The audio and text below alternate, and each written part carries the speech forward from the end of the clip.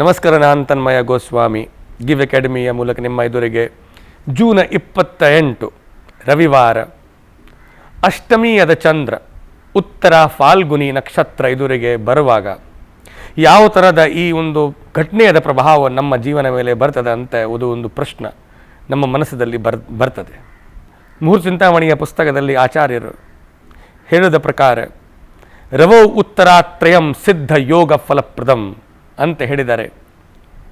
ರವಿವಾರದಲ್ಲಿ ಉತ್ತರಾತ್ರಯಂ ಅಂತ ಹೇಳಿದರೆ ಉತ್ತರ ಫಾಲ್ಗುನಿ, ಉತ್ತರ ಆಷಾಢ, ಉತ್ತರ ಭಾದ್ರಪದ, ಯಾವುದು ಉತ್ತರ ಅಂತಹ ನಕ್ಷತ್ರದ ಎದುರಿಗೆ ಚಂದ್ರ ಬರುವಾಗ ಆ ದಿನ ರವಿವಾರ ಇದ್ದರೆ, ಸೂರ್ಯವಾರ ಇದ್ದರೆ ಇದು ಒಂದು ಸಿದ್ಧ ಯೋಗಕಾರಕ ಆಗ್ತದಂತೆ.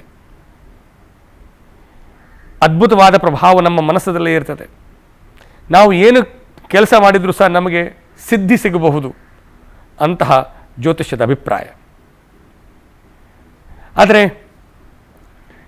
ಈ ದಿನದ ಒಂದು ವಿಶೇಷ ನೋಡಿದರೆ ಚಂದ್ರ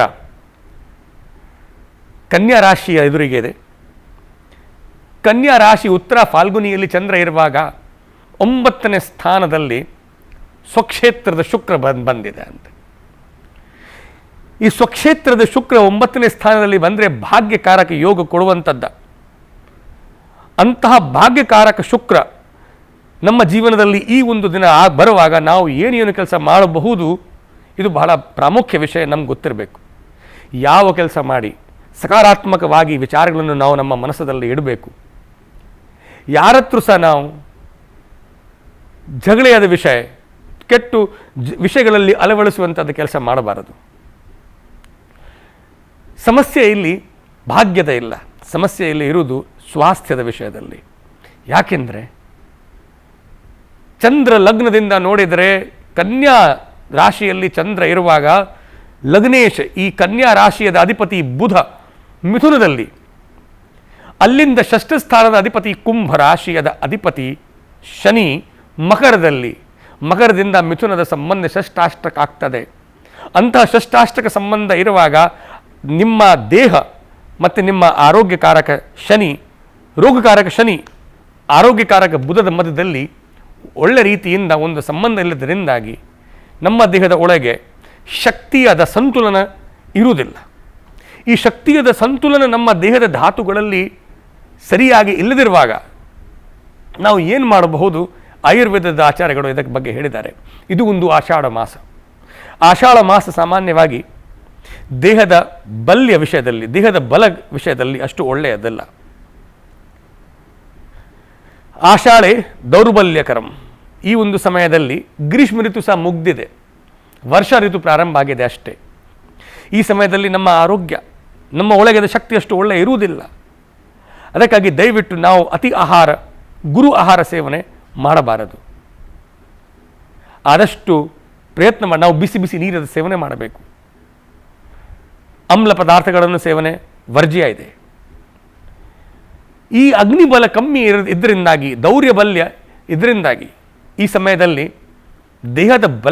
ದೇಹದ ಧಾತುಬಲ ಮಾತ್ರ ಕಡಿಮೆ ಇಲ್ಲ, ಅದರ ಜೊತೆಗೆ ನಮ್ಮ ದೇಹದ ಒಳಗೆದ ಅಗ್ನಿಬಲ ಸಹ ಕಡಿಮೆ ಇದೆ.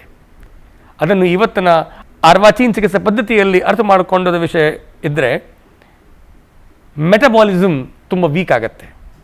ನಮ್ಮ ದೇಹ ಒಳಗೆ ಭೋಜನ, ಆಹಾರ ನಮ್ಮ ದೇಹ ಒಳಗೆ ಹೋದ್ಮೇಲೆ ತುಂಬ ದೊಡ್ಡ ಪ್ರಕ್ರಿಯೆಯಿಂದ ಆಹಾರ ಹೋಗುವುದು. ಪ್ರತಿಯೊಂದು ನಮ್ಮ ಹೊಟ್ಟೆಯಲ್ಲಿ ಮಾತ್ರ ಅಲ್ಲ, ಪ್ರತಿಯೊಂದು ಕೋಶಿಕೆಯಲ್ಲಿ ಆ ಆಹಾರದ ಜೀರ್ಣ ಆಗುವಂಥದ್ದು ಕೆಲಸ ನಡೀತಾ ಇರ್ತದೆ. ಈ ಮೆಟಬಾಲಿಸಮ್, ಸೆಲ್ಯುಲರ್ ಮೆಟಬಾಲಿಸಮ್ ಸಹ ಚೆನ್ನಾಗಿ ಇರುವುದಿಲ್ಲ. ತಿಂದಿದ ಆಹಾರ ದೇಹಕ್ಕೆ ಸಿಗುವುದಿಲ್ಲ. ಕೊಲೆಸ್ಟ್ರಾಲ್ ಜಾಸ್ತಿ ಆಗಬಹುದು, ಡಯಾಬಿಟಿಸ್ ಇರೋರಿಗೆ ಡಯಾಬಿಟಿಸ್ ಸಮಸ್ಯೆ ಜಾಸ್ತಿ ಆಗಬಹುದು. ಏನು ಮಾಡಬಹುದು ವೀಕ್ಷಕರೇ? ವ್ಯಾಯಾಮ, ಅತಿ ವ್ಯಾಯಾಮ ಮಾಡಬೇಡಿ. ವ್ಯಾಯಾಮ ಅರ್ಧ ಬಲಾಪೇಕ್ಷಿ.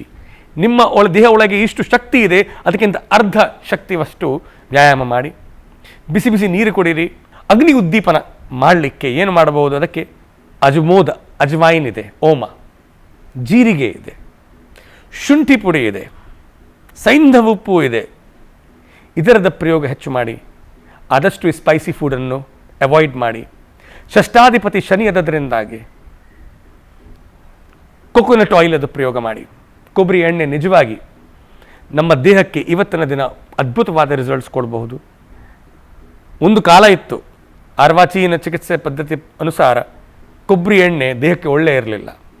ಆದರೆ ಇವಾಗ